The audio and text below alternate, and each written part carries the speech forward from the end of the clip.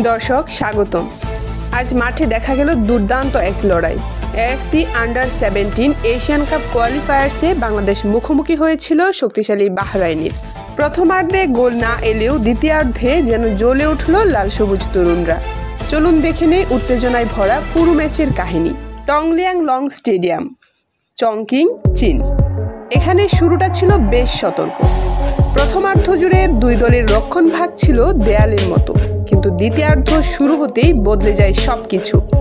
59তম minute, সাব্বিরের shot ডিফেন্ডারে লেগে সামনে পড়ে, আর সুযোগটা কাজে লাগায় বাইজিৎ। নিখুঁত ফিনিশিংয়ে বাংলাদেশকে এগিয়ে দিল 1-0-তে। তারপরে মাঠে আসে আসল মুহূর্ত। মানিক দূরপাল্লার এক দুর্দান্ত শট। ফয়সালের ক্রস থেকে বল পেয়ে ডান পায়ের ঝড়। দূর থেকে নেওয়া শটে বল সুজা জালে। Score line 2-0। বাংলাদেশ গ্যালারি উত্তাল। লাল সবুজের তরুণদের চোখে তখন জয়ই লক্ষ্য। শেষ মুহূর্তে 85তম মিনিটে বাহরাইনের হয়ে জুবায়ের একটি সান্ত্বনার গোল শোধ দেন। স্কোর দাঁড়ায় 2-1। কিন্তু বাকিটা সময় বাংলাদেশ ঠান্ডা মাথায় সামনে রেখে নিশ্চিত করে টানা চতুর্থ জয়।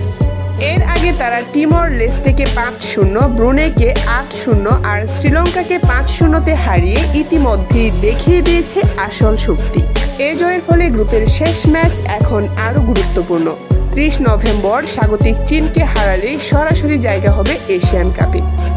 বাংলাদেশ আন্ডার-17 দলের এই পারফরম্যান্স সত্যিই অনুপ্রেরণাদায়ী। 4 ম্যাচে 4 জয়, এটাই বলে দেয় ভবিষ্যৎ লাল সবুজ ফুটবল কতটা উজ্জ্বল হতে পারে।